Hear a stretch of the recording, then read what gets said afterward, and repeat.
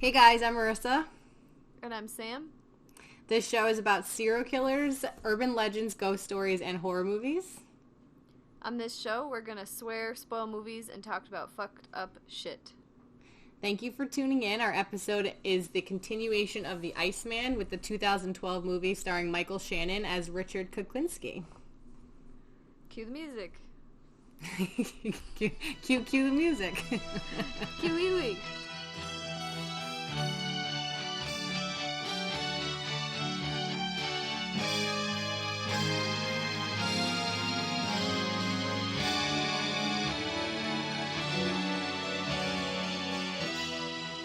Now, once again, I think our notes will be drastically different because I wrote down the entire fucking script of the movie. Dude, I actually did kind of the same thing this time. I don't know why.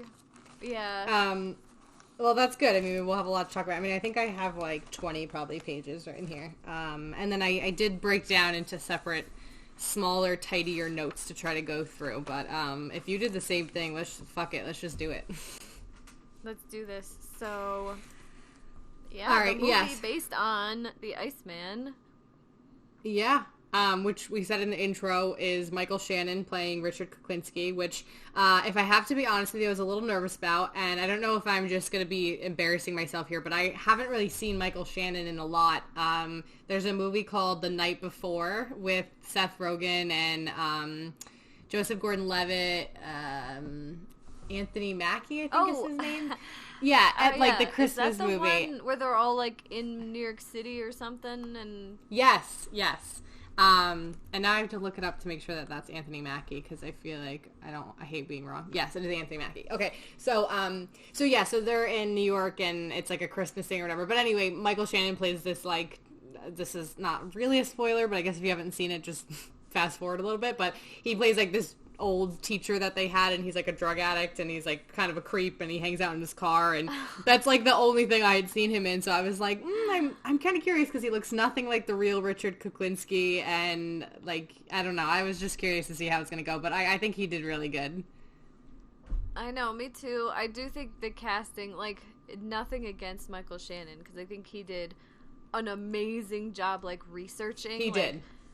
Like, you could tell he watched the interviews that we talked about in the last episode on that HBO documentary. Like, he must have watched that over and over and over. So many times. Yes. So many times. I feel like he just, I mean, you know, Michael Shannon is Michael Shannon. Yeah. He doesn't look like a fat, like, sleazy Santa Claus. So what did you call him last time? A sleazy porn guy that then I added in that didn't know how to kill people. Yeah, no, I mean, and that's actually a good point that you just brought that up because the movie literally opens to like a dark screen and it's Michael Shannon as Richard Kuklinski in jail doing like the interview that we talked about in the doc, and he has, and I wrote here, Michael Shannon has way more emotion than the real Richard did right off the bat. I think he should have toned down the emotion a little bit because the real Richard was not like that. But yeah, no, he throughout the movie, and you'll see too, I think he watched hours and hours of him because he nails like his I don't know. We'll talk about it later, but he does it. He does a great job with it. Don't say it because I know at the very end there's that. Yes, yeah, I know. I'm like, we need to talk about this, but yes, we won't we'll jump get ahead. there. We'll get there. So yeah, so there's I put ominous music. They did really good with the ominous opening music, I think, and then the title Iceman comes up, and I remember I was like really excited, and I was feeling a lot like you know, when you read a book for the first time and then you watch the movie like right after it, and you're like, oh, I'm so excited to see these characters come alive, and so yeah, so. Let's just get into it. So the first scene they have is Michael Shannon as Richard, and then they have Winona Ryder who's playing Deborah, which you don't really know who she is yet at this point, but she's just someone that Richard Kuklinski is out to dinner with. And I had a little note here because I said I imagine this is going to end up being Barbara Kuklinski, who is his real wife. Yeah, I was going to say, because I like wrote down, because I'm an idiot, so I was like... No, I did the same thing throughout. Deborah. I was like, is that supposed to be his first wife? Like, what? I had the same you said thought. He was married. Mm-hmm. Yeah. No, I had the same thought, and then I was like, okay, we'll just see how it goes on from here, because obviously if she's in the rest of the movie, which is funny. I don't know why they would change her name. I mean, it's I know. very. I bet it was maybe Barbara felt uncomfortable, like being 100% represented or something. I don't know. Yeah, I could understand that. It just like who it's supposed to be, but. But anyway, and then I put a note to myself here that I think Michael Shannon's supposed to be playing Charming, but like I just didn't get it. I get the mysterious part of it, like he's kind of like, I don't know, he seems like a bad guy, and that must have attracted her to him. But I think he was just supposed to be charming, and Winona Ryder is just kind of real smitten by him, and I was just like, yeah. I don't. He also tells her that he draws Disney cartoons, which I thought was funny. Yeah, that's what I. That's not real. But no, well, the thing is, it makes sense because I remember when we were researching it, he was pirating porn and Disney movies. Oh, see, I missed the Disney one, but yeah, that's gross to mix those two up. I know. Yeah. So, but anyway, so you see them, they go on a date together, and that's pretty much all that there is to that scene, which again leaves you wondering if that is supposed to be Barbara, which you'll come to find out. Like during the date he does kind of mention that he's estranged from his brother, and he mentions his sister too, right? Yes, I do believe so. And I remember thinking, I don't remember reading about his sister in real life, so I didn't know if they were going to go into that further. Yeah, I mean, they barely got into his siblings in the movie, but... Yeah, we'll get into that, because I had certain feelings about how they went about that. But yeah, anyway... Yeah, so, they, like... go ahead. Over, boring, we're done. And then that was really it. It was a very quick thing. So, yeah, so what happens next? It like, cuts to, like, him with his friends. They're at some sort of like a pool hall or a bar. Yep. Right, and like I was trying to like see if I knew who these people were. I was if too. they were, like relative to the story. So like I actually kind of missed a lot of the dialogue, but like I know that they actually brought up the porn pirating thing that they're doing. I felt the exact same way. I feel like, and I even had subtitles on, I think, trying to understand, like, who was who. And I remember being like, I should go back and rewatch the movie, because I feel like later on, some of those characters come back. But right. I almost didn't want to go back and rewatch it again, because I didn't want to, like, overthink stuff. Like, I wanted this to be my first initial reaction to the movie. But one of the things I took away from it was that this guy that they were playing pool with, who I don't think is significant at all, I think he just came in as like just like to kind of show like Richard's temper a little bit. And he was talking about Winona Ryder's character, and then he also tried to get out of paying Richard, who had just hustled him in a game of pool. And going into this knowing who Richard was, I think I was like, oh my god, is this going to be the first guy that he kills? Because there was a guy that he said that he killed at a bar. And so, like, you're kind of just, like, cautious of that through the rest of the whole scene at the pool hall. So what do you have that happens next? Because there's something quite graphic. It literally wraps that up immediately. Yes. Where he, like, kills the guy. So, yeah, and I thought that was interesting. So he follows him out to his car, and I don't remember him talking about splitting. I don't remember him talking about slicing anyone's throat open in, like, his real, like, crimes. He was always, like, a gunshot or whatever. So he, and I made it... or the hamburger crossbow, or whatever. Yeah. Hamburger, exactly. So I remember putting a note to myself that there's a young couple that walks right by afterwards, and I thought that was probably the movie trying to show how Richard just kind of got away with stuff, like, very easily. Like, he just seemed, like, kind of normal looking, and it was like he didn't just, like, murder someone in cold blood and then walk off like nothing happened, and then there's this young, happy couple that walks by, and they're like, oh, nothing, there's no dying man next to us in a car. Why would we suspect anything of this nice-dressed man in, like, a suit, Actually, I don't remember if he had a suit on. I don't know why I just said that. He was nice. I remember he was, like, honestly, dressed nicely. I literally wrote that. Yes, I wrote that, like, in 1,000 places where I was like, Why is he dressed so well? Because yes. in, like, all of the things I've seen him in, he always looked like such a schlub. Like, yes, or okay.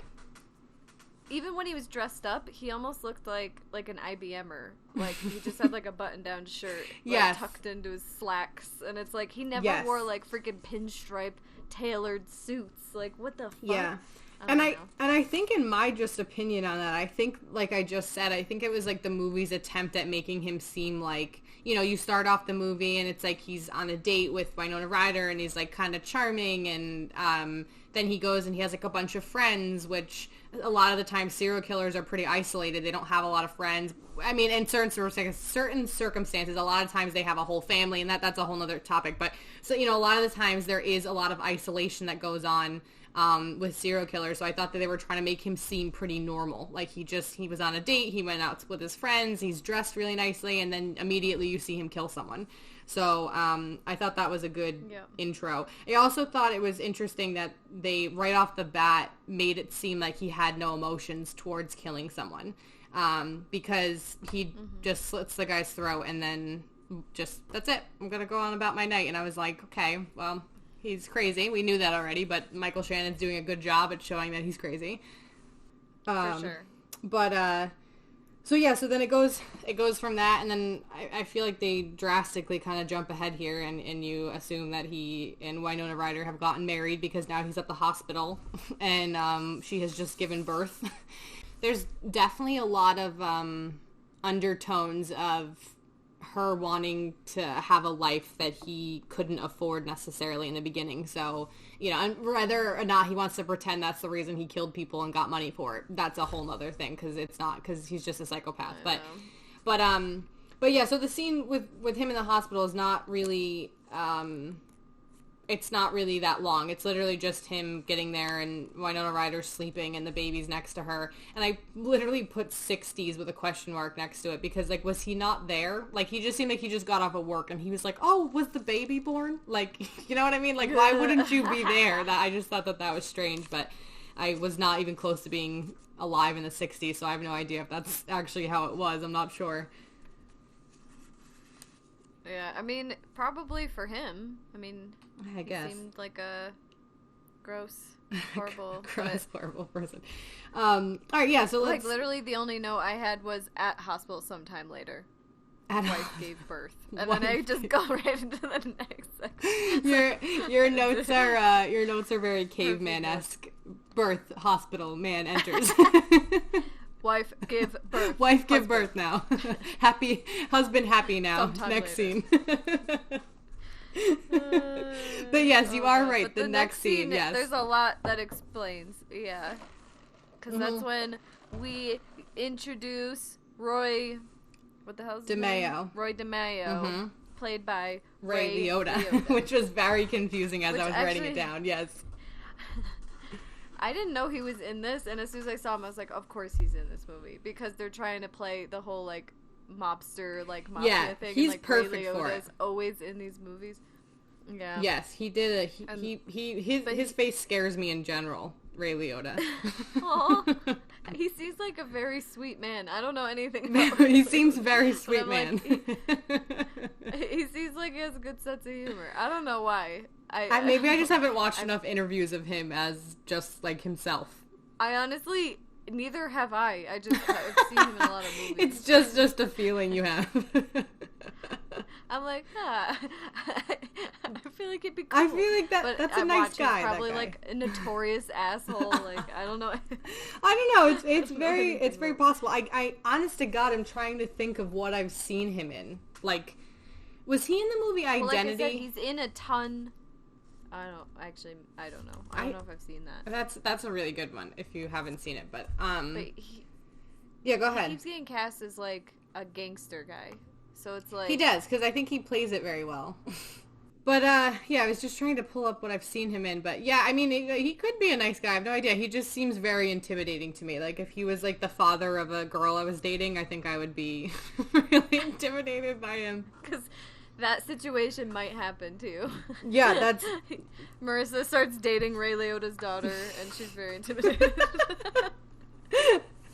You know, you never know where your life's going to take you. You're right. Anyway, so yes, you are right that when Ray Liotta, which is Roy DeMeo in the movie, when he comes in, so Richard's packing up porn, and I put here that he was 7 boxes short. It's the first time that you meet him and what their possible relationship is going to be.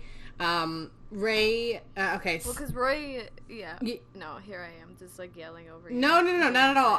Not at all. I was just going to say, I'm getting confused with Ray and Roy already. This is gonna be a tongue twister throughout the whole thing. So Roy DeMeo, which we know is Ray Liotta, but Roy has a group of men with him, which you and I both had the same reaction to one of them. I know we quickly talked about this. Josh Rosenthal is played by, this is not his real name, but he will always be Ross Geller to me. But it is played by David Schwimmer. But he literally is, I remember he came into the scene and I was like, is that Ross Geller? with a ponytail? I was just so, it took me right out of the movie. Like you ever watch a movie or like a show and one, like another person comes into another actor or actress and it just takes you, so I'm going to give you an example of it, and this is a Game of Thrones spoiler for anyone, so just skip ahead for a second, but you've seen it? Or you don't remember? Are you all caught up? Yeah, okay, alright, so that one random scene of like I think it was Arya was in the woods, and then like Ed Sheeran is just there singing, and I love Ed Sheeran, but I remember being like, this is just taking me, like, it's not real anymore to me. It's just taken me completely out of the. I don't know. I didn't love that very much, but this is exactly how I felt with this. I was like, Ross Geller. Oh. He took you right out of it. It took me right out.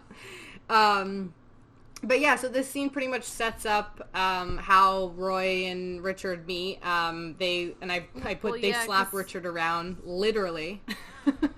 Yeah, because he's looking for his friend Dino, and that guy like shows up quite a bit in the movie. His friend, but I don't know who he is. Dino Laprone. I don't have his name written down as like the cast people. Hold on, because he played kind of a big part in the movie, but for some reason, Ray Liotta's character Roy DeMeo, they beat up Richard Kuklinski, and then I don't know why, maybe he's like he liked the cut of his jib or something, but then he comes back and he like tells him to meet him at the Gemini Lounge. Yeah, so that's interesting. I didn't catch that they were looking for Dino. I don't know why. That might have been when I was just kind of busy writing stuff down, or just super stuck on Ross Geller. But I didn't catch that. I thought that they were there because he was short on the porn supply or whatever. No, they were there because of that. But remember, right before that, he gets a call from Dino, and he's like, "Dude, you got to get out of there. You got to get the fuck out of there." Yes, and because he knew that DeMeo was looking for him. Because Richard Kuklinski is just working for Dino. He didn't run the business. You are right, because I put someone calls him to tell him that Roy's coming, and I didn't know that was Dino. That was one of the ones I didn't catch. So I just looked it up. Dino's played by this guy named Danny, and I am just going to spell his last name because I don't want you guys coming for me about how I pronounce it. But it's Abeckaser. Abeckaser. I try it anyway. I have no idea, but I do remember his character now that you show that.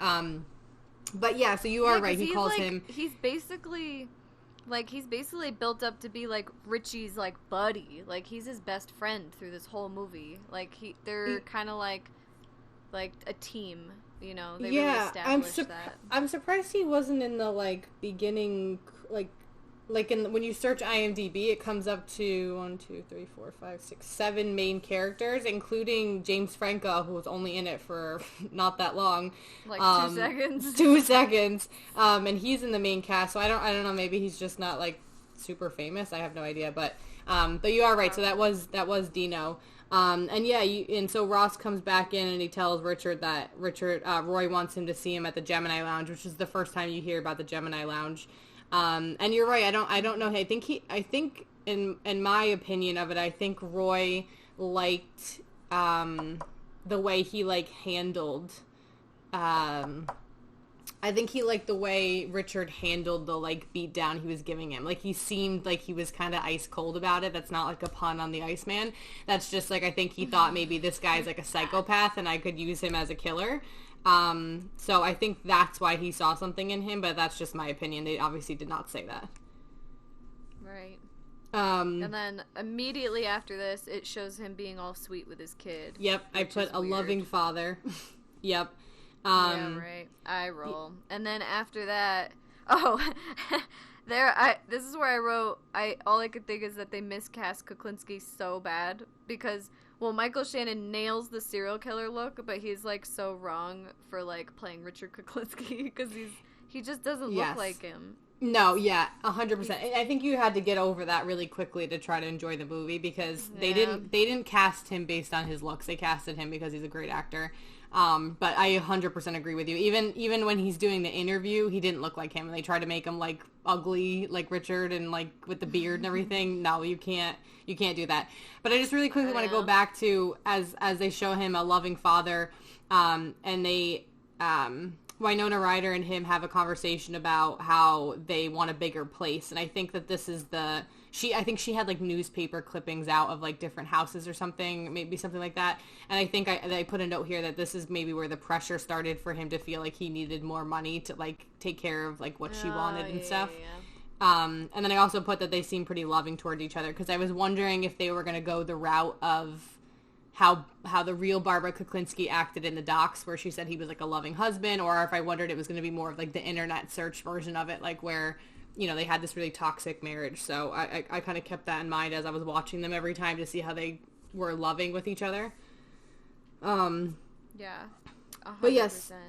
So then we go straight from that, and it kind of a lot of this movie, and I don't know if you agree or not, but just looking at my notes here, it literally is a lot of like business, home life, and I think it was to show like his like back and forth on trying to be like, and he even talks about that in the doc, The Real Richard. He said like it was a balance of trying to find this life that I wanted and the one that I had. But it's weird because when you can tell that this movie just borrowed a lot from the interviews, like from that HBO documentary and from like the interviews he provided, because they don't talk anything about Barbara's, like, you know, she said that he beat the crap out of her and the kids and he was horrible, and like she came out with that memoirs, and like they literally show like and I keep writing because it happens like you said, like in between it'll show him freaking strangling a guy on a roof or doing whatever, and like, and then it'll immediately be like, look at his beautiful daughters, look at this wonderful life they have, and it's just like, I don't know about all that. 100%. And just to kind of add something in here that we're going to talk about at the end, but I think you do this too, but after I watch a movie of any sort, I always read the trivia about it online. I do it every single time, even if it's like a Sesame Street video I've just seen. I do it on everything. So I read that a competing version starring Mickey Rourke, which I still don't know that I would like. I mean, I guess he's a little burlier than Michael Shannon, but I don't know that would have made sense either for Richard Quincy. But Mickey Rourke, and based on the Philip Carlo version of the Iceman, was in development at the same time, and ultimately this version with Michael Shannon came out instead. So that's interesting. I don't know Philip Carlo. When you Google him, it comes up to one of the. He wrote that book. Yeah, so I think that probably would have been a much different version of his life, which you said a lot of this one was just based off of the HBO docs that came out. I mean, or like the interviews that the HBO doc went off of too, because like there was like hundreds of hours of interviews that he provided. He was just like super ready to talk about himself. Yeah, he just wanted to hear himself talk. But like it cuts ahead, and they're like getting Kuklinski. They're like, all right. It almost feels like they're hazing him. Yes, like, that's the vibe I got. Where it's like they're like, okay, kill that homeless guy, But the thing is, I had a huge problem with this scene, like, as a movie, and not, like, as, like, a storytelling scene, because, like, Kuklinski literally has no motivation to do what Roy DeMeo is telling him to do. Like, up until this point, we haven't seen him offer him any money. He hasn't even mentioned that he knew he had a family, like, so he's not, like, threatening him. He's not, like, convincing him with money. He's just like, alright, I'm gonna point a gun at you. Now go shoot that guy. It's like, I feel like if Kuklinski, they even comment, like, oh, you don't look like you care if you live or die. And he's like, oh, it's because I don't. It's like this stupid macho thing. But it's like, what motivation does he even have to kill this homeless dude? Like, so they should have at least been like, hey, I'm going to give you a shit ton of money if you work with me. I don't know. Yeah, see, I'm trying to remember how that scene went now, because I thought that he pretty much lines him up to say, like, I'm going to give you a job, but I need to know, like, you'll do whatever I say you'll do. And that's when he's like, go kill that guy. Is that not how it went down? I guess. I don't know. It felt so random to me. It just happened out of nowhere. It's like, oh, you seem like a badass. Go kill that random homeless guy. And it feels so, like, I don't know. It was weird. Yeah, I mean, it very well could have gone like that. I just thought that there was the initiative of the incentive for him to be working with Roy at that point. I thought it was like, listen, if you want to show us that you're not afraid to get, your hands dirty, here's a job I'm going to give you or whatever. I also don't know, and this was a question I had just based on the real Richard story, but I don't know if, like, did that man do something to them? Like, was that a hired hit they wanted him to do, or that was literally just like this guy means nothing to the world, go kill him, like, kind of thing? Well, that's why it felt like hazing. It almost was like, it's like, oh, we gotta make sure you can kill people. Which even that is, like, weird. I don't know. It's like, I mean, I guess if you're that actually, dark. So at the end of that scene, he does take the gun with his fingerprints. He's like, okay, now we got collateral. Yes. So we know that you're on the same level as us. Yes. Yeah. Yeah, I don't know. I mean, I think we both took a little bit different. I thought that scene was his like job interview for working for Roy. That's what I took it as. But it's definitely possible that he didn't say that up front. He was just like, hey, I want you to kill this guy. And because Richard was so fucked up, he was like, sure, whatever, I'm not doing anything. Like, that could have also just been how it went. And then I had written down, just as a side thing, that there's a conversation. So this is before they bring Richard into the whole thing, but there's a conversation that Roy and his name is Josh, but it's played by David Schwimmer. They're having a conversation, and he's basically oh my god, what is his name? This is so confusing for no reason. Roy's character says to Josh, like, he's been using his name on the streets, and he's kind of getting, like, Roy DeMeo in a bit of trouble here. So he kind of has this, like, really threatening conversation with him, like, and it kind of develops their relationship a little bit. Like, that these two are very close with each other, but that Josh Rosenthal has been rubbing Roy the wrong way, in a sense, and that's kind of builds throughout this whole movie, which ends up leading to something else. But that was the first time you kind of see, like, Josh takes a little bit of advantage of working for Roy, and Roy's, like, now aware of it. And I just thought that was something to keep in mind as we go along, because obviously that leads to a bigger event later on. I do remember when they showed the scene where he kills the guy that Michael Shannon was playing, like, a really good distraught look for a couple minutes. Like, when he first walked away, it seemed almost like he was, like, at least the way I took it was kind of, oh, I feel fucked up that I did that. But then I remember writing a note to myself, like, the real Richard wouldn't have felt like that. He would have felt nothing. So I was a little confused why he played that kind of emotion. Well, obviously, I feel like this movie's definitely taking a, like, an empathetic tone for him, which is weird. Yes, like, I think they were trying to make him likable.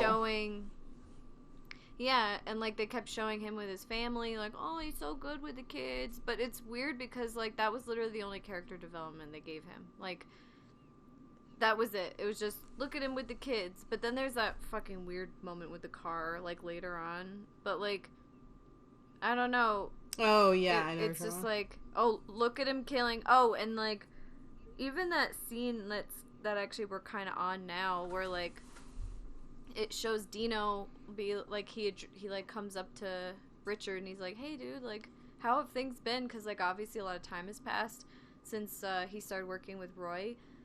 And like Richard's being so cold and like, yeah, whatever. Yeah. And like Dino's like, hey, well, I mean, you know, it'd be cool to catch up. Like, I haven't seen you in a while. Like, it really is playing up that like Dino's his friend and like checking in on him and making sure everything's okay. It's like, I don't even know why people care about him, because the way he's playing him is so like, I don't give a fuck, you know? Yeah. And even like, I don't know, even in the beginning when he's on the date with Winona Ryder, she's like, oh, so you asked me on a date and you don't even say anything? It's like, he just, he's so like, just, it's like, why do people even like him? He's not charismatic at all. Like, I don't get it. Exactly.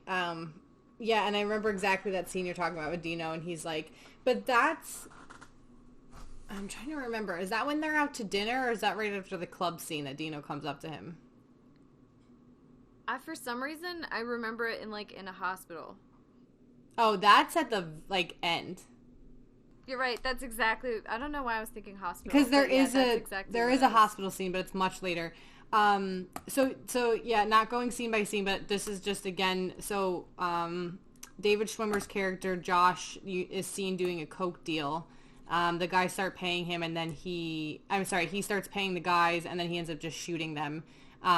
Which, again, is just kind of getting you a little bit to know his character some more to lead up to something else. This is not an important scene, really, at all. I wanted to bring it up just really quickly because I think it shoved really quickly in there that he was an altar boy. I think they just tried to really quickly shove that in there, like, oh, my mom was religious. And then I just thought this was so weird. So there's, like, a sex scene that's happening between Michael Shannon and Winona Ryder's characters, and then their teenage daughters just, like, come in, which I guess one of them had a bad dream. Okay, cool. But then, like, they just get in bed with them and turn the TV on. Like, don't get that. I don't understand that, like, crawl in bed with us and let's watch TV, even though your dad and I were just banging each other. And then they watch TV for, like, 30 seconds. I was dying because he looked like freaking Dracula. He had this, like, big, tall, like, hair. It was the worst. Yeah. And I was like, what the fuck? Yeah, I actually have something. That's a little irrelevant. But. I actually have something about his looks later, but I don't think it comes up yet. But yeah, and then they watch TV for like 30 seconds, and then they start talking about God, and then Richard was like, oh, yeah, I was an altar boy. And it was like, oh, okay, I guess that's where we're going with his childhood, just that little bit. Okay, cool, moving on. Well... So, actually, one thing, because, yeah, that scene was kind of stupid, but it almost, is that the one where it's, like, they're talking about God, and he's like, whatever, like, he's very, like, blasé about it, and, like, Winona Ryder looks kind of angry about him, like, his response to the girls. It's possible. I don't know. I think I was just so annoyed by the whole scene of it that I know. I was definitely distracted by his hair. Yeah, I don't know. I don't know. The whole thing was just stupid. Which, listen, if your kid has a bad dream, by all means, but you would think that you would, like, tuck them back into they're teenagers at this point, but still, whatever. You tuck them back into their own bed, maybe go talk to them, but, like, come in between your dad and I that were just having sex, and let's put the TV on, and then talk about God. The blankets are still warm from our banging. It's like, oh, Jesus. Oh, my God. No, that's exactly what it was. I remember just thinking this being like, this isn't how I would handle this, but whatever. All right, so the next scene, you see David Schwimmer's character, Josh Rosenthal, comes up, and the bartender's like, who's up there with him? And he says Leo Marks, and that's the first time that you meet Leo Marks, and he's played by Robert Davey, D-A-V-I, D-I-V-I? Probably Davi. But yeah, that's exactly what we're talking about. And yeah, so, and again, this is why I've been bringing up, Josh Rosenthal's character a lot, because, Rio, now I'm just mixing people together. Leo and Ray are having a conversation about, Josh and how he's basically, like, he killed those people doing the drug deal, and, like, how it's just, he's kind of just been using Roy DeMeo's name, like, while he's doing these crimes, and Leo's like, you gotta cut this shit out, and, like, you gotta kill him, and Ray's like, I don't want to kill him, he's like a son to me. That's what he says. So that was interesting, that right off the bat you're seeing that Leo's kind of pitting Roy against Josh, which you have been seeing through this whole time that Josh is just kind of like a hot mess, though. He's been doing shit that he shouldn't be doing. Um, so yeah, that's pretty well much with that scene. Do you have anything else for that? No. No? Okay. So this is not really anything super important, but there's another scene. Richard's getting ready to leave, and Winona Ryder's character asks if he needs anything, and he says more cologne. We didn't talk about this last time, but in one of the interviews that I watched of the real Richard Kuklinski, he said that he would put cologne underneath his nostrils when he would cut up dead bodies because it would drown out the smell of it. I don't know if you came across that, but he said a very specific cologne too. I don't remember. But yeah, he said that he would use this like $25 cologne and it would help him cut up dead bodies and not be grossed out by it or whatever. So I thought that was a little like nod that they did in the movie to that. That's interesting, because yeah, I didn't pick up on that at all. But that would make a lot of sense. I know that Vicks Vapo Rub works really well for that. I don't know why I know for that. For cutting up dead bodies, Sam? Is that what you know it to be good for? Put it under your nose, you can't smell anything. Yeah, that's great. All right, so next scene is James Franco. He's playing a character named Marty Freeman. So the real... It just is James Franco. Playing what'd you himself.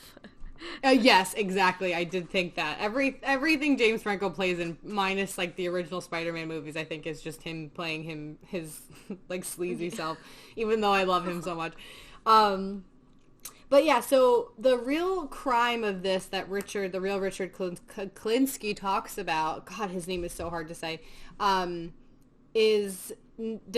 have a name that goes with it, but this is a real story that he tells that happens, and it was so hard to hear him tell this story in real life, and then it was really hard to watch this scene. I don't know why this scene just really got to me, even though it was James Franco, and again, it kind of took me out of like the mob world a little bit. But this is, he was hired to do this murder on this guy named Marty, played by James Franco, and he busts into his apartment. There's this young girl there. The young girl is different than how Richard said this happens in real life, but, he's like a sleazy photographer or whatever, and he owes, I imagine, money.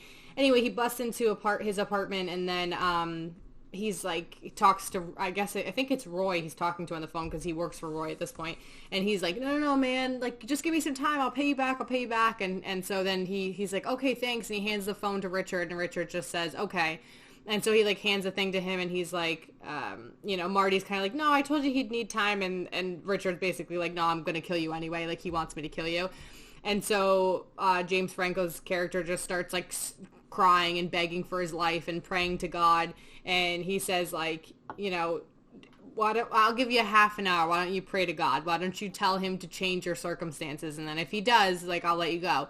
And it's just sad. Like, he's just trying to, like, make him pray and, like, assist him with these. Like, I think he was, like, starting a prayer for him. And James Franco was just, like, crying on the couch, like, with his hands in, like, a prayer position. And if that really happened, if he really did that to someone and then, like, just killed them anyway, like, that's so dark. I hate it so much. Well, that was the one gross. He said in the interview. He's like, yeah, maybe I shouldn't have done it like that. Like, I shouldn't have done that. That wasn't so nice. That's what he says. Yeah. Psychopath. Yeah, no, that one really, I think that was the hardest scene to watch in the movie for me for some reason. I don't know why. I mean, I know why. I'm not a psychopath and that bothered me. What? I don't know why this murder affected me. I have no idea why that made me feel sad. Yeah, 100%. I mean, again, if that even happened in real life, but if it did, that's like super fucked up for him to do. Because it is a little bit more like torture-y, because he's kind of more, up to this point in the movie, like played out to be like a professional contract killer. Like, he just gets the job done. But in this case, he made it a little bit more personal. He did, yeah. And I don't know if it was because he was triggered by the praying, because he has such a shitty relationship with religion. So, I mean, it's possible that they're just, like, showing that side where it, like, triggered him, you know? Yeah, and I think that probably has something to do with why they threw that whole scene in where he was talking about God and being an altar boy and everything, and his, like, relationship about religion, because I think that does directly affect how this happens. He's, like, you know, obviously God can't save you here, and I don't know. He got some sort of sick thrill out of that, I guess. I don't know. But anyway, so now he sees that there's this girl that James Franco was, like, taking pictures of and having sex with before he came in. I don't know what they were doing.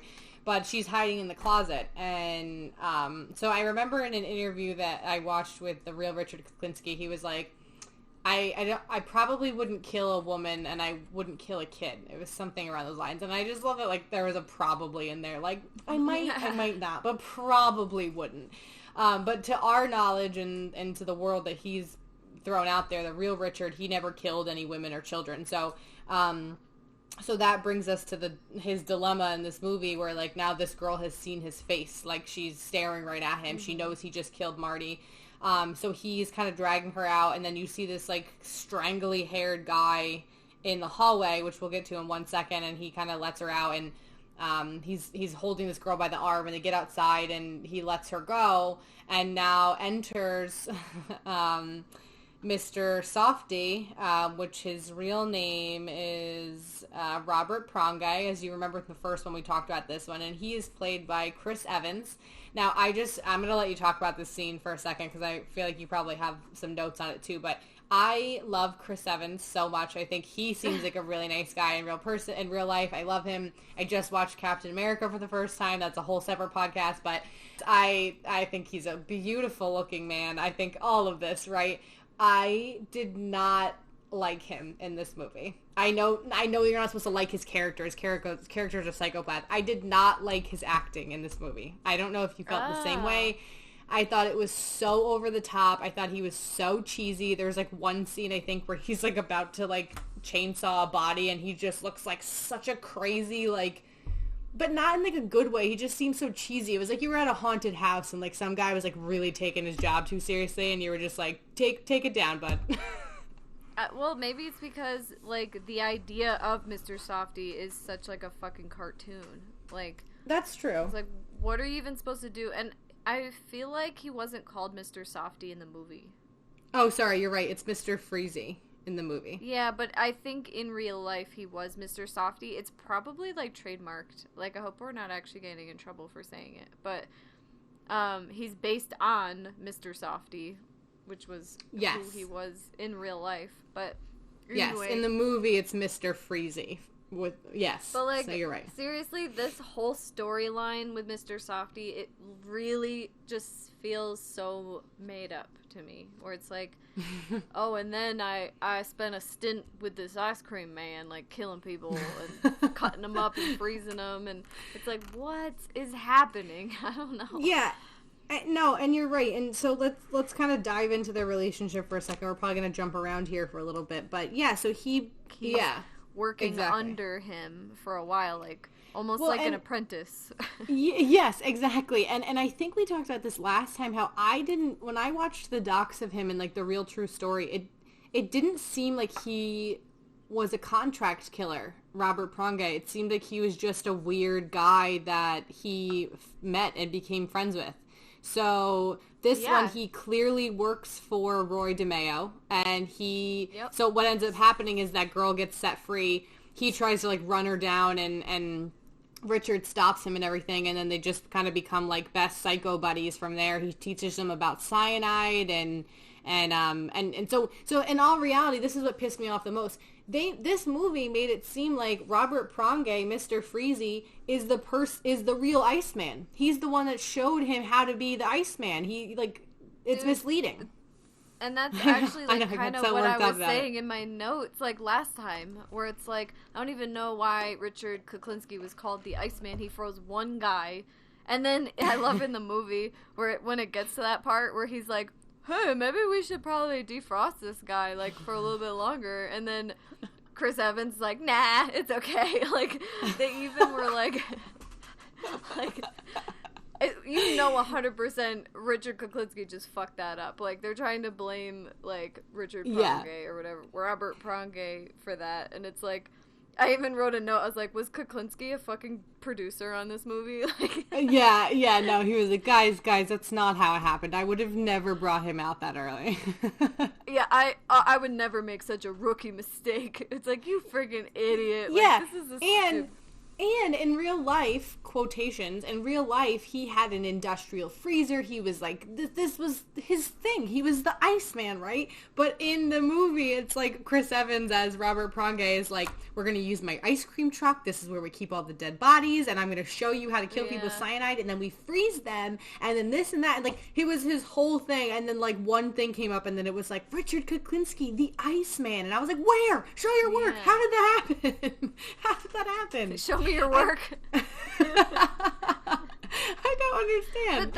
But that's what I was thinking the whole time we were researching the facts. It's like I feel like he just made up a whole lot of weird shit, and like, and then because it happened in like the 60s and 70s, everyone was like, oh my god, we've never seen anyone freeze a body before. Like, he's the Iceman, but he literally did it to one guy, and like, he didn't even do it well. It's not like he's just out there freezing people. I don't know. Yeah, no, the whole thing kind of worked me up. Just to go back to a scene really quick, because we're just going to move on into his career at this point. I can't stop hiccuping. I don't know why. I'm drinking coffee. So at one point, Richard gets a call. They don't say who it's from, and it's like it turns out to be someone from the Trenton State Prison. So this is where they really quickly, and in my opinion, they just super jam into his life, something about his brother. I didn't think it fit in anywhere. I mean, I guess I get it. I think it's just because we knew so much more about it. It just seemed really rushed to me. Did it feel like that to you? It just feel like they had to throw in there so at the end they could say that like they were together. Did you feel that way? Honestly, I gotta be 100% honest with you. Like, that's how this whole movie felt to me. I understand that. I get that. Hit specific beats, and like that's how this scene definitely felt like that. So it didn't feel new to me, because like every other scene is like, oh, look how good of a father he is, murdering. Oh, look at him with his wife. Like, literally no story development, no character development. Just, oh, look how good he is with his daughters. Murder again. Oh, look at it. Yes. And then now it's like, all right, why not? Why not? Let's get his brother in there. Like, let's just throw that in there. Yes, I think that the actors and actresses in this movie did a great job for what they were hired to do, minus Chris Evans. But I think fuck that Chris Evans. Fuck Chris Evans, but not really because he's super hot. But I think that fuck Chris Evans. I mean, when and where.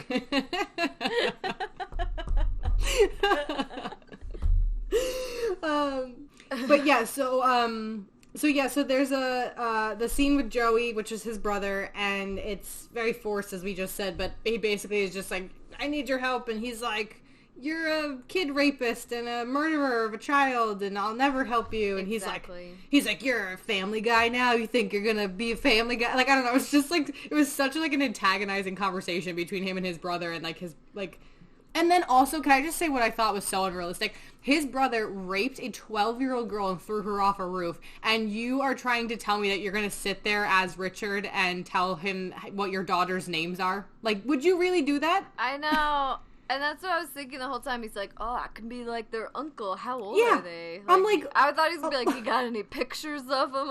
Oh my god, my blood was literally boiling. I was like, oh, this conversation would never be happening. This would never, ever be happening. I would be like, you are... Well, it wouldn't be happening with, like, normal people. But, like, Richard Kuklinski, obviously... I mean, in reality, he was probably beating the fuck out of his kids, like...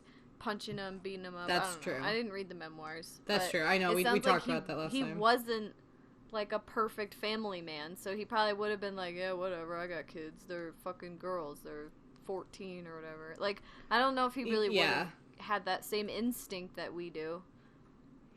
Yeah, I don't know. And then we can get into this a little bit too, but I think they also made it specifically that he was much closer with his younger daughter.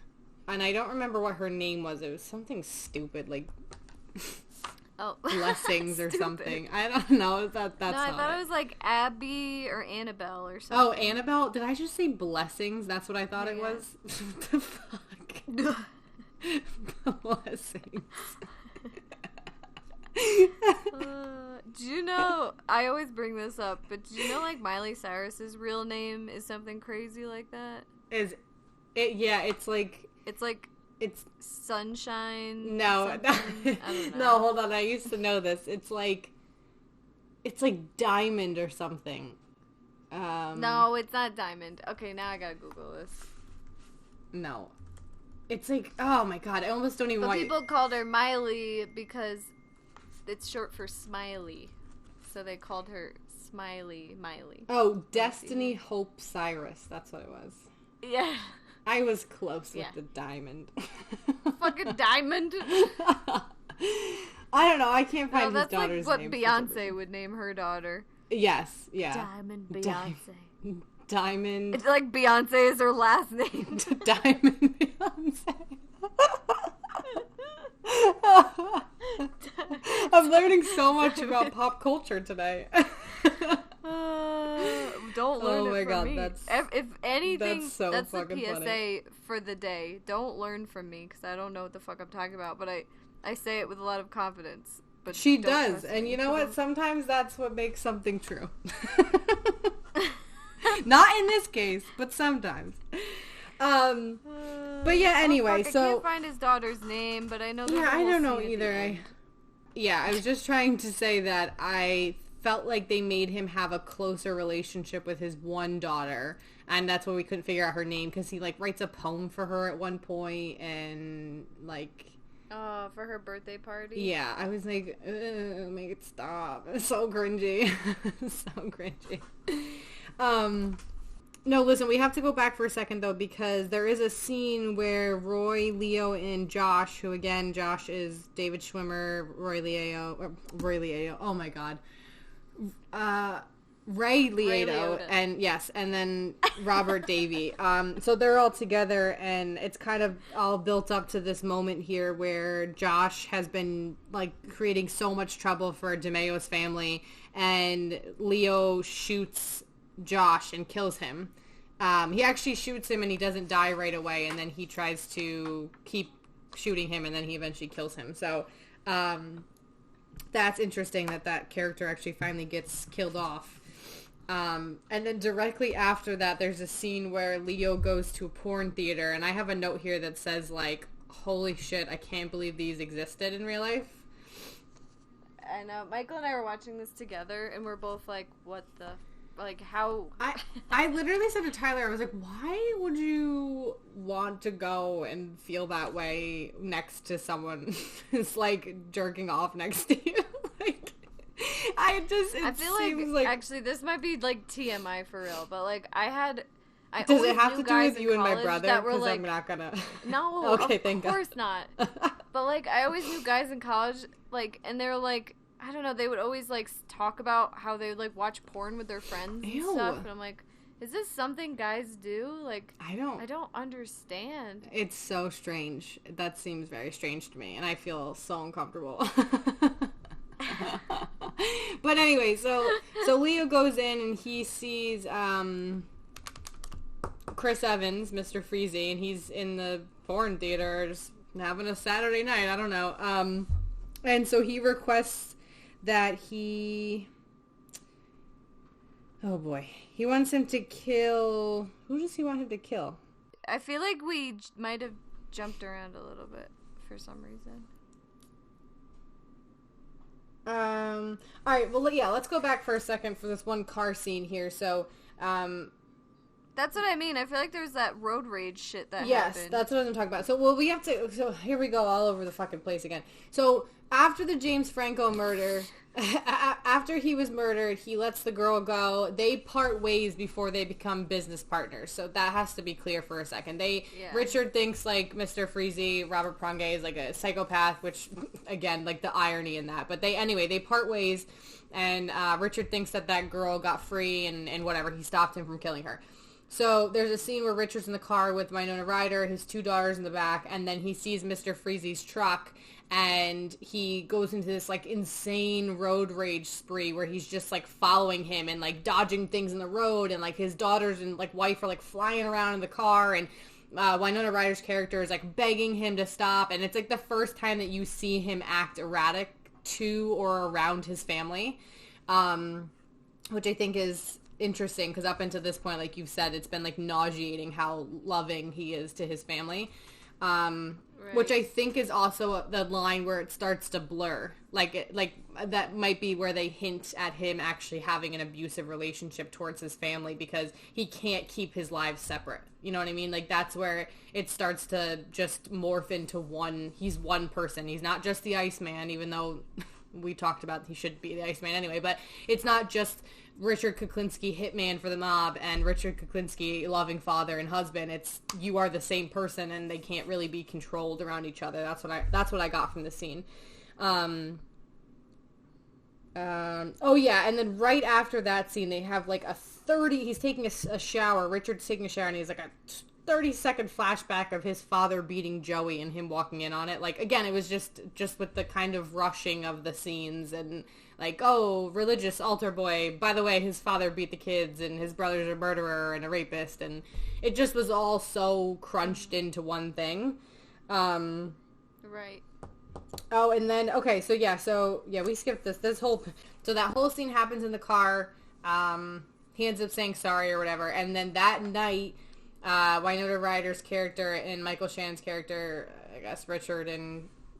I don't remember her name, Deborah. They're talking on the couch, and she's, like, trying to talk to him about what happened, and she's like, please just talk to me. I know something's going on. And I think at this point he had lost his job, maybe? Well, okay, so because he let that girl go... Yes. Oh, yes. Ray Liotta was pissed off, like... Because Mr. Softy, like, told him, like, hey, he let, like, a witness. A witness, yep. And then Ray Liotta's like, oh, well, you can't fucking hang. So they fired him. Yes, that's what happened. Yep. So by that time where he's on the couch, he's now he's distraught. He's lost his sole income and whatever. So this is the real first time that you see him flip out with crazy rage on his wife. And so they have this kind of huge scene. He like flips the coffee table over. He's breaking glasses. And Winona Ryder comes over and she kind of holds him and she's like, I'm sorry. And she's crying. And it's really dramatic, honestly. It's hard to watch. And so that's the first time you kind of see that like he's not really the like charming, loving father and husband that they make it out to seem. He doesn't hit her in any way in that scene, but that's obviously not a normal reaction to have towards your spouse. And Michael Shannon's a pretty big dude, like tall wise, but like Winona Ryder is very short. So like if you think about the real Richard and the real Barbara Kuklinski, like there was quite a body mass difference between them. So even if he was like flipping tables and throwing things and he wasn't physically hurting her, which she said he did anyway, but even if he wasn't doing that, that's an intimidating force to be around you, being that physical and that angry. So the mental abuse of that alone, and then if he did actually hit her, which is terrible. But yeah, so that was the first scene you see that kind of that side of him is breaching into his family life after the car scene. Right. Yeah. And like she starts being like suspicious of, because like how does she not know what he does for a living? Like yeah, I don't know. Like how do you? I don't know. I guess it's a different time. I mean, like I think she. Yeah, and listen. Yeah, I don't know. I don't want to speak for her because she had a pretty terrible life too. But again, it all goes with what story you think actually happened. If he was actually crazy abusive and beating her up and stuff, like of course she wouldn't ask about things. You know what I mean? Like she'd be terrified for her life, for her children's lives. There you go. And that's why I have like kind of a weird problem with this movie is like I feel like by focusing on Richard as like the main character, like number one, because he doesn't have a soul, it's hard to do any kind of character development. Yes. And like they're trying to do like an empathetic thing, which we don't feel any empathy for him because right. we know he's a piece of shit. Right. And it's like, what is your play here? Because, like, by making him the main character, like, what would have been kind of cool is, like, making, like, a Mindhunter-y movie where it's, like... I've never seen that. From the point of view of, like, Are you fucking kidding me? You haven't seen Mindhunter? No, so no spoilers for that one. What is happening? Like, what? Add it to your list. Oh, my God. Add it to your list. Jesus Christ. it's one of the greatest shows ever made. But I feel like if they had done it something like that, like from the police point of view, it would have been more, maybe a little bit more interesting. Maybe it's just my taste. You know what I think? Like, I think that this would have been a really good one to do as a series, like you're kind of saying, like where it could have been different people's like perspectives on it throughout the whole thing. Like throughout this whole thing, it could have steadily been building the task force that took him down eventually, and then it could have been like, yeah, it could have been like from the side of Richard, and it could have been like his wife and kids' point of view of like when he would come home versus like how he thought it was. You know, like that would have been really great. I just think this dude's story. I mean, his crime spree ran for like, I don't have my other notes in here, but he ran for like 30 years in like his like crime career, if you know whatever he said was true, and so to fit all of that into, you know, I don't know how long this movie was, an hour or something. Like it's almost impossible. It's why it felt very rushed. I know, it feels like they really got all of their like knowledge or whatever, their reference from Kuklinski's interviews. Well, and honestly, like Michael Shannon did a really good job, if that's the fact, because like the accent and stuff I really appreciated, and like his demeanor, like.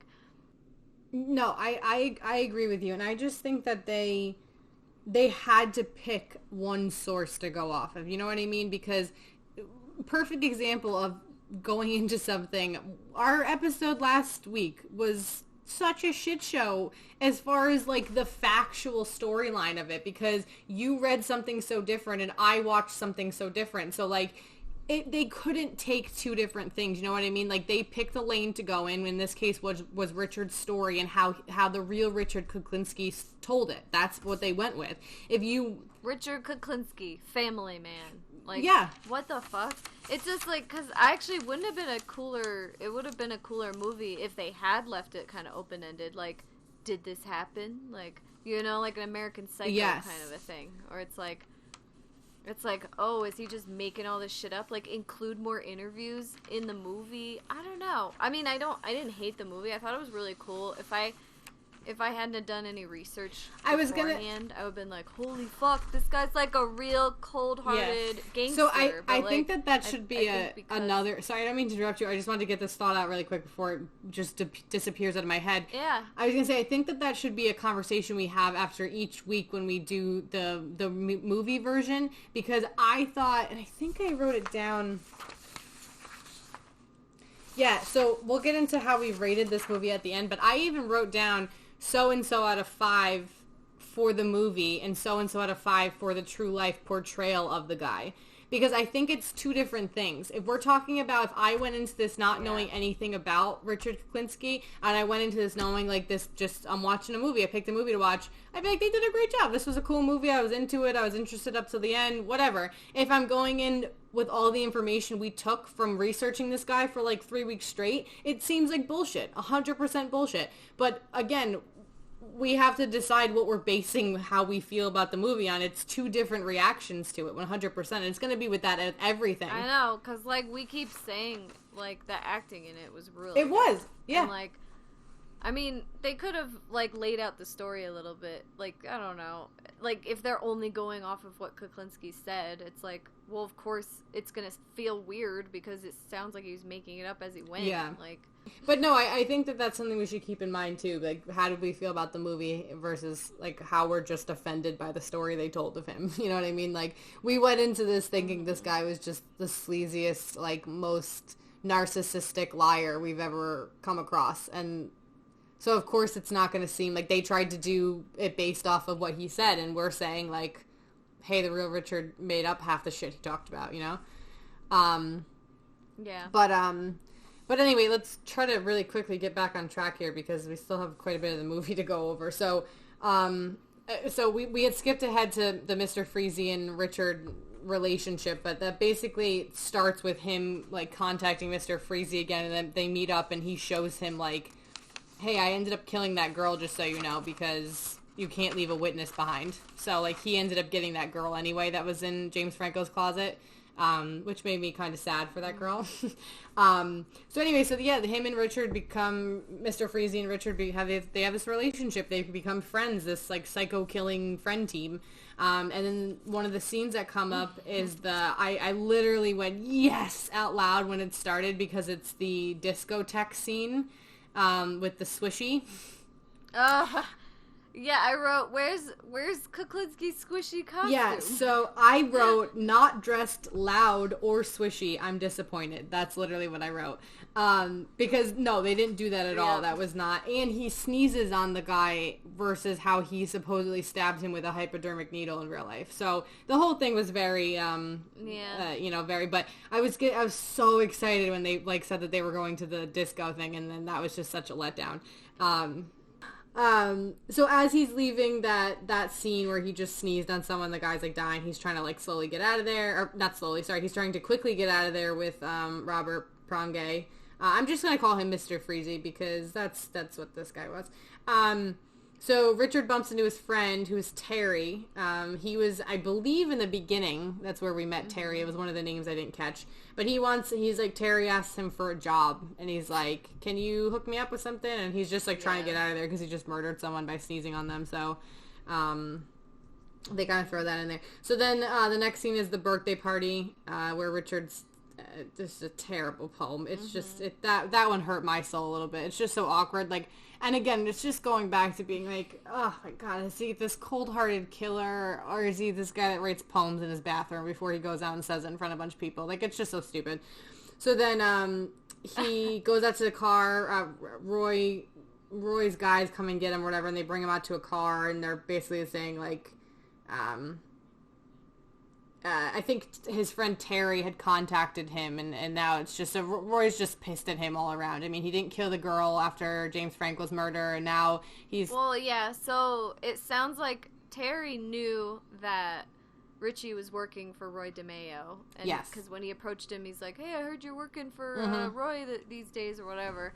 So I guess that guy went to Roy or to one of his guys, or even Mr. Softy fucking told him. I don't know, but yeah, Roy found out that he thinks Richie is like, well, he already is pissed that Richie's working and doing contracts while he fired him. So he's like, dude, I fucking fired you. Like, why are you working, like, doing contracts? Like, yes, are you fucking kidding me right now? And then now he also thinks that Richie's like telling all of his friends that he works for Roy Mayo, and he's like, so not only are you like going behind my back and doing contracts, but you're like telling all your fucking friends about me. Yeah, like, and at this point he had already had to kill,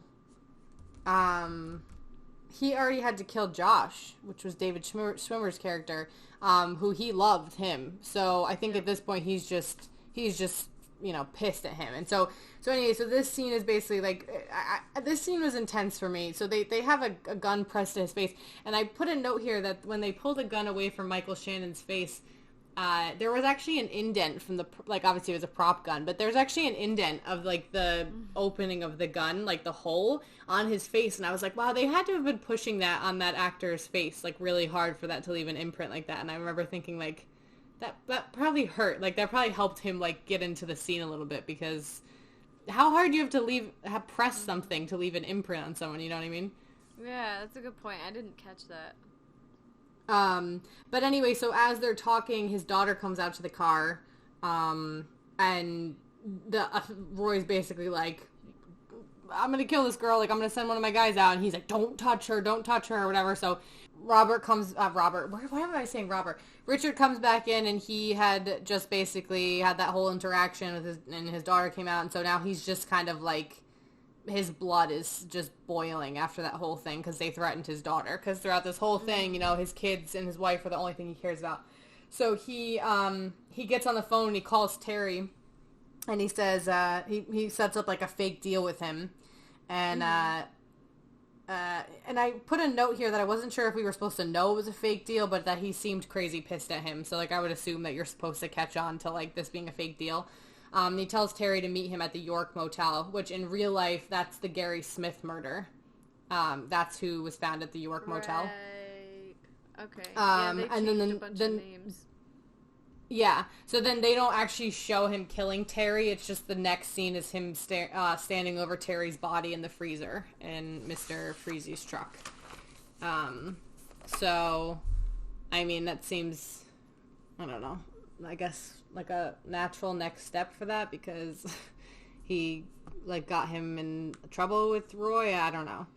Um, so what happens here? Yeah, I know there's all So kinds of I like guess money issues. They're like now they don't want to work with Mr. Freezy because they're like, oh, Kuklinski's with you, so fuck you. Like you're breaking all of our rules, and then yes.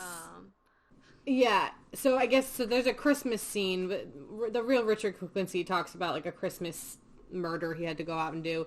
So in the movie, they make Richard's like beeper go off, and he takes a phone call, and it's Mr. Freezy, and he hangs up on him when he hears Mr. Freezy's kid. Now I don't know if that was because he was like, "Are you calling me?" Like in Richard's head, was it like he's calling me from home? We shouldn't be talking on a line like this because he was at a payphone, or if he was just like I don't know why he hung up on him when he heard his kid. That was just like a weird thing for me. Well, I kind of read it because Mr. Freezy was kind of short with his son, where he's like, "Hey, shut the fuck up! I'm doing something," you know, and he's like, "Oh shit, you're talking bad to your son? How dare you?" And he hung up on him. That was kind of the vibe I got. Yeah, because like, don't treat children bad. I'm a good guy, like that kind of thing. I know, that's what I mean. This whole movie was just like, what is happening? I don't know. Yes, yeah, it's going downhill from here. So Richard meets Leo Marks on Christmas in his car. He wants him to give him the money from the Swishy murder, right? That's the one that we're talking about here. Yeah, because that's the one where like Leo was like, "Fuck you, we're not paying the full amount because you're not even supposed to be working." Like, yes, yep. This money was supposed to be for Mr. Softy, but he didn't tell us that he's working with you. So now they were like, instead of like 40 grand, they're gonna pay him 10 grand. It was this whole drama. So yeah, Kuklinski meets with Leo and he's like, "Give me my money!" Like, he's all yeah, Stewie from Family Guy. Where's my money, bitch? But and then sorry, just to go back because now this makes sense to me. Leo, when he met Prange at the theater, he was talking about the guy that they wanted him to kill in the club, the Swishy murder. Right. That was, I said that before. I didn't know who he was hiring him to kill, but I don't know why I said that because I knew that that's what this was. But they have this whole thing, and then Leo ends up like threatening his family. And I think this was, I ended up putting in my notes here, this was a real mix of different murders here. So Richard shoots him. And the ringing in the car from the gunshot is so intense. He steals Leo's jewelry and checks his wallet, but Leo barely has like any money on him. So I put the real mix of murders here because according to Richard, those were two different murders. Like one where like the gun went off in the car and it was so loud and whatever. But yeah, so he kills Mark. So I think this is where they're starting to show him just getting a little bit more erratic here. Like this was not a planned hit. This was him just kind of like acting out of emotion. For whatever emotion he did have. That was actually a cool scene. I think that might have been my favorite scene in the movie because when he pulls the gun out on him at first, he's like, "Oh man, Richie, you don't want to do this. Like, you're gonna make a huge fucking mistake." And he's like, "Yeah, I guess you're right." And then he's like, "Yeah, your fucking family's gonna be in trouble." And he's like, "Oh yeah," and then he shoots him, and it's like, why would you do that? Like, someone has a gun on you, and you're like, you know what? I think I'm gonna further piss you off, and like just kind of see how far I can go with this. Yeah, no, I thought that was so stupid. So directly after that happens, Richard finds out his daughter was hit by a car. So this didn't happen in real life, at least that it came across in my research, right? We didn't know that his daughter was attacked by the mob. Do you know of this? No, I haven't heard about that at all. Okay. Yeah, so his daughter was hit by a car. So this next scene I think was my favorite scene actually. So after he goes to the hospital, Winona Ryder is like pissed at him. He's like, "I'll find out who did this," and she says, "You better," which made me question a little bit. Like that part made me think like she knew what he did. Like if you're saying "you better," like you know what you're saying to him and you know what he's gonna do. That kind of thing. Yeah. So my favorite scene right after that is when he's in the elevator by himself and he's like just so upset and he's like screaming and he's pissed, and I thought Michael Shannon did such a good job at that. I felt like goosebumps on my skin on that one. So then he meets up with Mr. Freezy. So again, at this point, they've had a whole relationship. They're buddies. He's taught him his ways. They chopped the bodies together. They had pizza. They're friends. They're good friends. So and I wanted to ask you a question after I read this. So Mr. Freezy says he tries to. They're both in a bit of danger at this point, right? Roy is pissed at both of them, right? So now they're both in trouble. Leo's been shot. So Mr. Freezy comes up with this idea like, hey, why don't I kill your family? You'll kill mine. Because we're both too good to kill our own families. But why don't we kill each other's children? And he's like, so this scene, like, I literally, like, sweat a little bit when I was watching it. Because he was like, I'll just come by your house. You'll be sleeping. You won't even know I'm there. And then he keeps, like I know Mr. where you Freezy... live. Yeah, Mr. Freezy keeps talking, and then Richard just goes, how? And he's like, well, whatever. And then he said, no, how do you know where I live? And I was like, oh, shit. I was like, he never told him. So that makes me think that Mr. Freezy obviously was the one that hit his kid, right? With the car? That's what made me think of that. Oh, I didn't even think of that. Because how else would he know where he lived? You know what I mean? Like, right. that would have... That's what I got from that. So Mr. Freezy is like, I guess he like goes to get a tissue out of his pocket or something, and Richard's like, don't do it. And he's like, it's just a tissue. Can I blow my nose? So as he's blowing his nose, they make it like a really intense scene. Like Chris Evans' character is like just searching around in his pocket, and he goes to take something out. And of course, Richard thinks it's like a gun of some sort, so he shoots him. And then he checks his pocket, and I guess obviously nothing came out. So I guess it was to show that like he wasn't actually going to kill him, but Richard acted like very quickly out of emotion and shot him anyway. But again, I'm not going to say anyone deserves to die, but this dude was like trying to kill his children, and I think he already ran over one of them with a car. So I don't think that one was like hasty, I guess. I mean, I guess he wasn't going to kill him in that sense, but he was trying to kill his family, so I get it. Right. Yeah.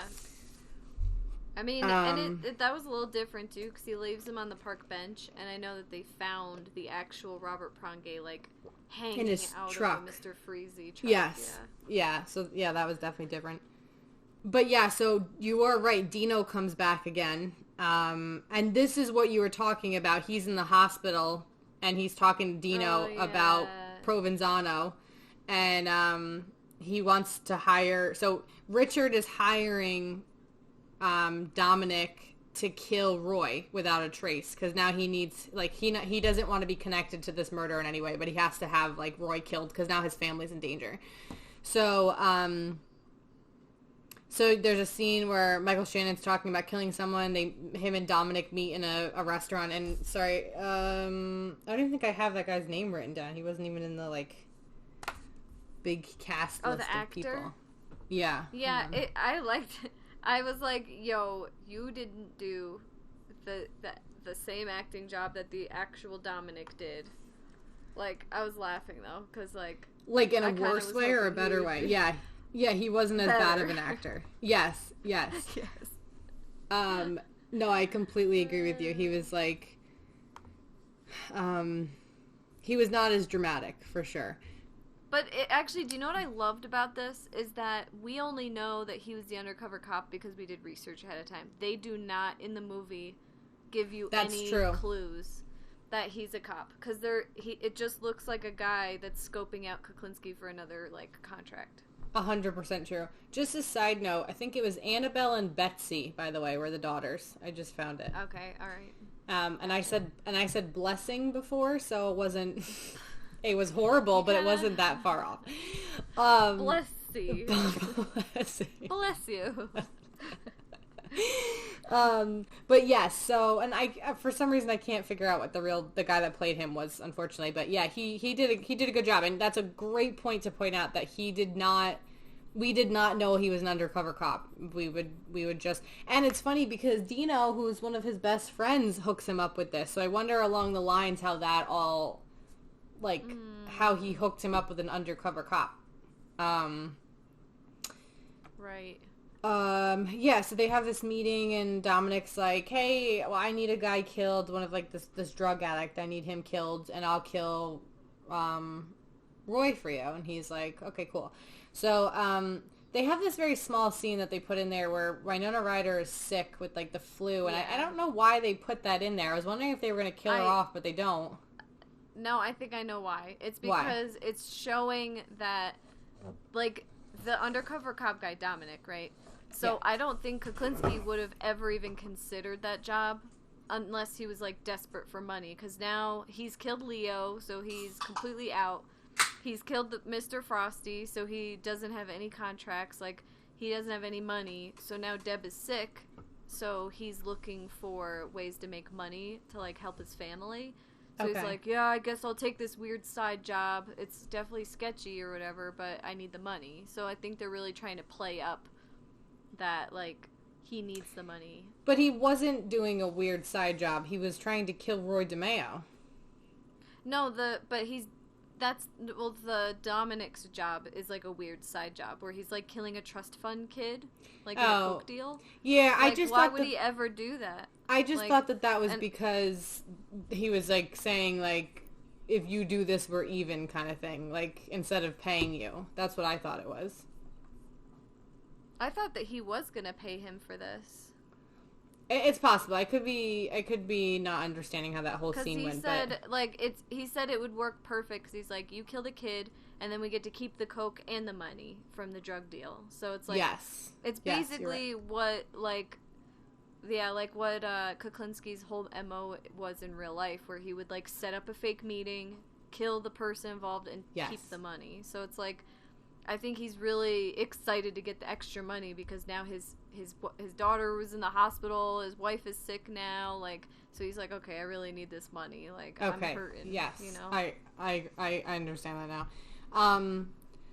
So there's this scene before he's supposed to go meet up with he meets up with Dominic, and he gets, like, the cyanide from him. And he's gonna make a sandwich. So I guess I put in my notes, was this supposed to be, like, a hamburger reference to, like, the hamburger cyanide?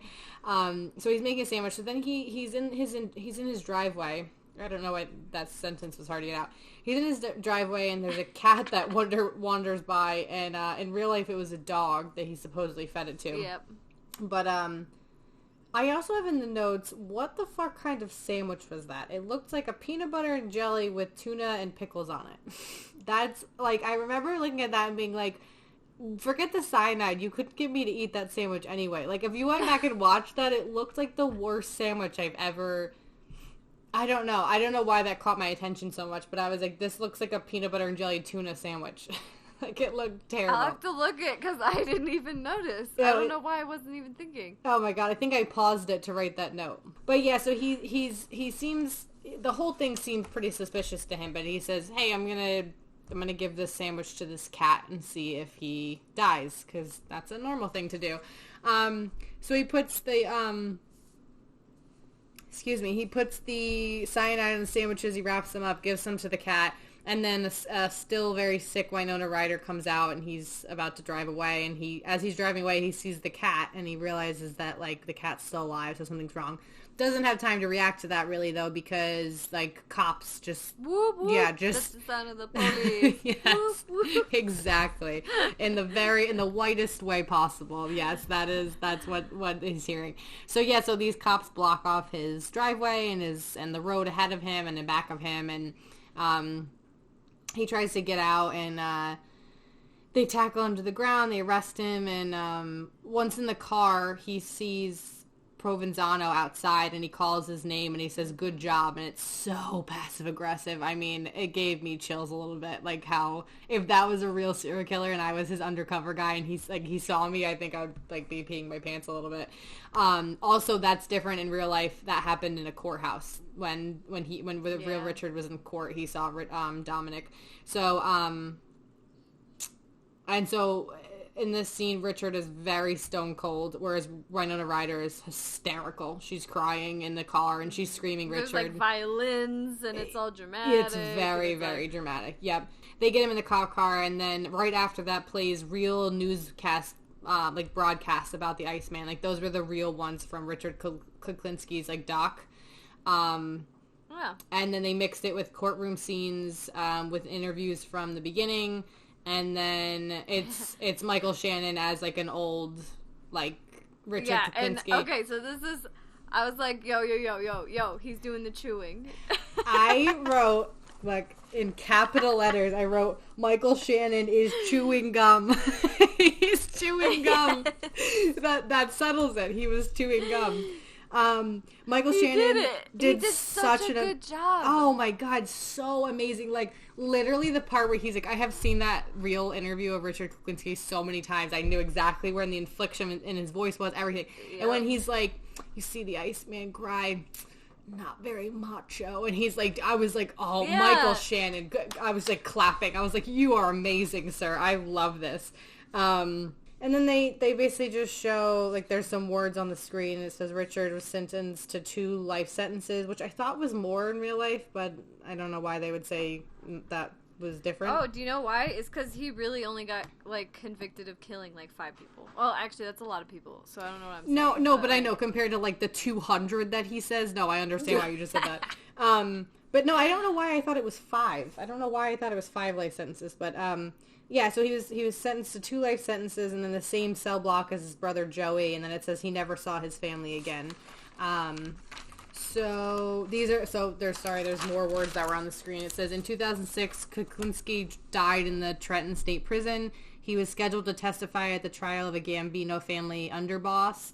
Foul play was suspected, and Kuklinski is believed to have killed over 100 people. And then I put in parentheses in my notes, approximately. Give or take 100. Give or take. I wouldn't say it's less than 400. So definitely 2,000 people. Yes, and so I have a note here that says, according to my research and timeline, Roy DeMeo did get murdered before Kuklinski was arrested. So they didn't address that in the movie, and they also don't address in real life that he killed him per se. So I don't know who ended up killing him, because obviously it wasn't Dominic, because that was an undercover cop. So I just thought that was missing a little bit from the movie. But so I have some trivia, but do you have anything before that? No, not really. I've noticed that at the end, like, the music was so sad, like, sad piano music, and I was like, really? We should be happy that he got arrested. Like, well, it goes with the whole scene of them. It goes with the whole theme. They wanted you to feel empathetic for him. They wanted you to feel like he just did what he had to do for his family. Ugh. Yeah, I know. Oh my God. He was such a nice guy, Sam. Come on. All right, so one of the things I read on IMDb, these are all from IMDb actually, it was said, apart from a 15-second flashback, the film makes virtually no mention of the awful childhood that Richard Kuklinski endured. Then my note said that's true, but his brother also throws something in there and tries to throw in there about how Richard, his brother Joey tries to bring in the kid that Richard killed when he was younger in, like, the street gang. They threw that in there too. I forgot to mention that. Yeah. That whole scene with his brother was just so forced. It was like, oh, hey, you're a rapist and a murderer. By the way, remember when our dad beat us? And also, you killed that kid when we were a kid. Like, the next thing I had was, again, from IMDb, the film completely glosses over the fact that he regularly beat his own wife. So that's something that IMDb even was like, had a problem with. Here's another one. To aid her performance as the oblivious wife, Winona Ryder removed all pages of the screenplay that didn't involve her. I said, ooh, that's interesting method acting. Yeah, I thought that was pretty cool because, I guess if you have to try to pretend like you don't know, that's a good way to do it. But also, like, I mean, if she's like us and didn't know anything about Richard Kuklinski going into the movie. Yeah, I mean, she's older than us, so I feel like she probably did, but that's a good way to really play, like, the, like, I don't know, oblivious, I guess is the word for it. So James Franco and Benicio del Toro, who there's no relation to Guillermo del Toro, I looked that up, I thought maybe. They were originally cast in lead roles. Franco was replaced by Chris Evans, which, I don't know. Again, I didn't think Chris Evans was anything special in that, but I also can't picture James Franco being Mr. Freezy, so I don't know.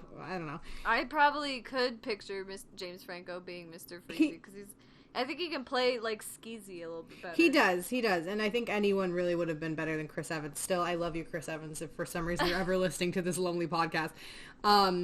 And Del Toro was replaced... Oh, Chris Evans, don't judge us. Yeah. And Del Toro was replaced by Ray Liotta, even though Franco was given the role, the brief role of Marty. I mean, he was in it for 2 seconds. Now, Benicio Del Toro is a very, very intimidating guy. I think he would have been just as good as Ray Liotta in this movie. I probably would have liked him better because, like, the scenes where, like, Roy is supposed to seem... I don't know, he, like, did not have his shit together. Like, he's always, like, stressed out and, like, freaking out in, like, every scene. I think like, that was... And I was like, yo, I bet Benicio Del Toro would have done, like, a more subtle but, like, more terrifying Yeah, I agree with that, but I also think that was just part of Roy's character. Like, Roy's person in real life. If you read about, like... They killed him towards the end because he was just getting sporadic. Like, as the movie goes on, it's supposed to just show him he's getting more unstable. He thinks he has to, like, kill these people. So I thought Ray Liotta kind of did a good job with that, but I do think you were right about Del Toro. I think he would have brought a lot more of a strict menace presence. That's a great word for it. Yeah, and I had a note here again that I didn't love Evans, and he was a bit corny to me. That's what I wrote down. He's corny. So Maggie Gyllenhaal was cast as Deborah originally, but dropped out due to pregnancy. And I wrote, I'm perfectly happy with this switch. I have no problems with Maggie Gyllenhaal, but I don't think that would have been I can't picture Michael Shannon and Maggie Gyllenhaal in love. I feel like Winona Ryder kind of looked like Barbara Kuklinski. Like, I don't know. I feel like they cast that really well. Yeah, I don't know. I think... I don't know. I don't know that I 100% agree with that, but I think it's closer than Maggie Gyllenhaal would have been. So the name on the Mr. Freezy's van is Captain Freezy. This is a possible nod to Chris Evans' role as Captain America. And then my note said, Sam, do you think so? That was from IMDb that they had the whole Captain Freezy thing in there. I think that would have been weird, but sure. That's like a really weird tie-in because he plays such a scumbag. Yeah, and then that'd Captain be like America's like the sweetest, most like wholesome human being on the planet. That'd be like if James Franco had played him, it would have been like a Spring Mr. Freezy for like the Spring Breakers movie he was in, or like Pineapple Mr. Freezy for Pineapple Express. Pineapple Freezy. Yeah, it's like Pineapple Freezy. It's really unrelated. And then the last trivia thing I had was the body count was 15, and then again I put approximately. Allegedly. And then I just had additional notes that said every scene from the trailer was in the movie. I really like that because I feel like, and we've talked about this, not in a too revealing type of way, but I hate when they show you stuff in the trailer and it like brings your attention to it so much and you're like, oh my god, I can't wait to see this one scene, and then it's not even in the movie. I absolutely hate when they do that with movies. So I thought that was cool that everything was just exactly like that. And then... yeah, that was actually it. That was my additional note to that. So, yeah, that was the movie in our very long description. What would you rate this movie first as far as facts, and then second as far as execution? Okay, so out of 5, I would give it a 3 for the true crime like portrayal of Richard Kuklinski and his like actual story. I don't think that I think the storyline was very rushed, and again, I'm trying to think of it in the sense that, like, we really, really fit, like, 3 weeks of extensive research into one movie and expected it to be everything we wanted it to be, so that is a bit harsh going into that, but I think just the way it was perceived didn't rub me the right way, like, with how Mr. Freezy was basically the Iceman, and how he was such a loving father, even though he really wasn't, and this whole thing.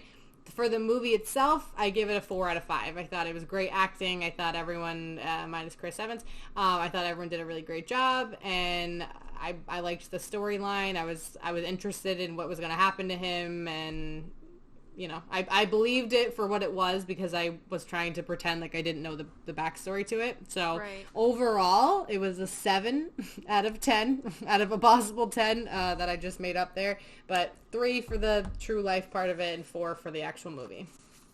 So I think for true crime, I'd give it like a 1. A 1. Like, I didn't, like, number one, they completely glossed over his abusive family life, like, how he was with his own family, like, so basically that just cuts out half of the movie, because it kept cutting to, look how perfect he is with his fucking family, and I was like, okay, well, none of that's true. And then I didn't really buy into the whole, like, him being a freaking smooth-ass contract killer at all, so I give it a 1 for facts, and then for the movie, I'll probably give it a 3. Okay. And honestly, I'm giving it a 3 because Michael Shannon's awesome. Otherwise, I'd probably give it a lower score. But Woo, so that gives it like a 4, critic, guys. 4 out of 10. Okay, all right, that's fair. I definitely think when I originally wrote down 3 out of 5 for the true crime, I definitely think that was before I talked to you, so I would maybe bump it down to a 2. It's between a 2 and a 3 for me. Again, I did more research on him based off the docs, so to me, it seemed closer to what I researched, but all of the bullshit we've talked about, I can understand why you feel the way that you feel. But yeah, no, I mean, and as far as the actual movie, I thought it was good. I mean, I don't watch a lot of like mobster gangster movies, so this was fine for me. And that's what bugged me, because even as like a mobster movie, I feel like it really missed the mark, because like there's so many amazing like mobster movies out there, and like it just didn't sell me on any of that. They like, I don't know. It seemed they were just trying to get it out. I don't know. I'm gonna throw something out there that I'm gonna pull you with one of your sayings where when you go, can I just say something? Can I just say something and you're not gonna like it? Oh. I have never seen The Godfather. Okay. I've never seen Goodfellas. Goodfellas. Goodfellas.